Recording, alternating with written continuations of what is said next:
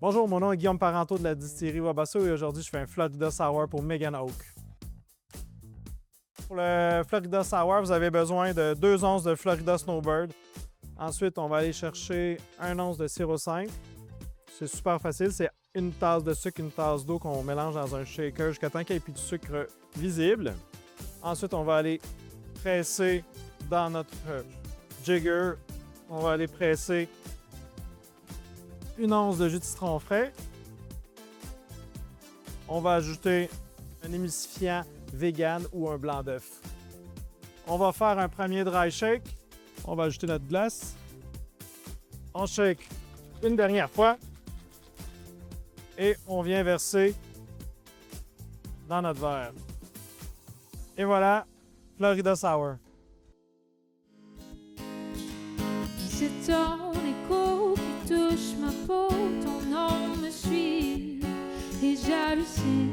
Tu vivais dans les extras, mais c'est pas ta faute. Tu cherchais ton reflet dans le regard des autres.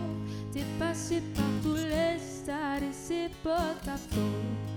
Réécrire ton histoire pour le premier rôle. Donc on se retrouve avec Megan Oak, on va lui poser quelques questions. Est-ce que tu peux nous raconter un peu une anecdote qui résume un peu ta carrière d'artiste?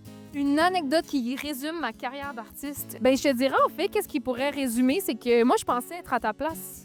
Donc, je pensais plus être une animatrice, je pensais faire de la télé, je pensais faire de la radio et tout.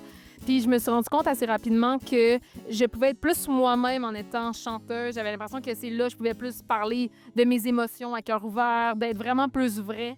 C'est quelque chose qui était en toi depuis petite ou c'est vraiment arrivé au fur et à mesure des années? De chanter? Ouais. De chanter, ça vient depuis toujours. Depuis toujours, mais justement, on dirait que j'étais allée plus en animation télé, parce que j'étais comme, ça, c'est un vrai métier.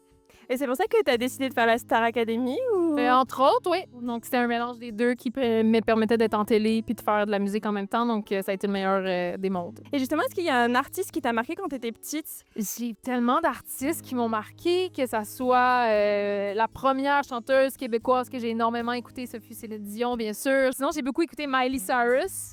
Ah oui. Anna Montana. Ah oui. Je rêvais d'être Anna Montana, d'avoir double vie, d'être une chanteuse et d'être une personne normale à la fois. Ouais. C'est le cas de beaucoup de petites filles, je pense. Oui, exact. Est-ce que tu as une routine avant de monter sur scène? J'aime avoir mon petit moment pour moi. Donc, j'aime ça être tout seul dans ma petite bulle, un petit 10 minutes.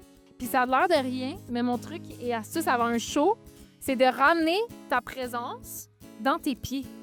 Ah oui. De ramener ta présence dans tes pieds, donc de sentir ancré dans tes pieds et tout. Faire comme, OK, je suis ici maintenant, let's go. On monte sur stage, puis comme on est 100% là. Et une dernière question. La chanson que tu préfères chanter en direct? La chanson que j'aime chanter, j'aime beaucoup danser, moi, on stage. Donc, Hallucine fait partie des chansons que j'aime beaucoup chanter. Sinon, j'ai une chanson qui n'est pas sortie encore, qui va sortir dans les prochains mois, qui s'appelle Safe and Sexy. Et donc, je trouve que c'est une chanson que je me sens justement safe and sexy dedans. Donc, j'aime beaucoup la performer. Puis, je vais la faire ce soir, justement, au festival. Bon, ben, on a hâte de l'entendre, en tout cas. Merci beaucoup pour ces réponses. On espère que ça t'a plu. Yes, et puis, on se dit à très vite. On se fait un cheers! Ouais. Let's go!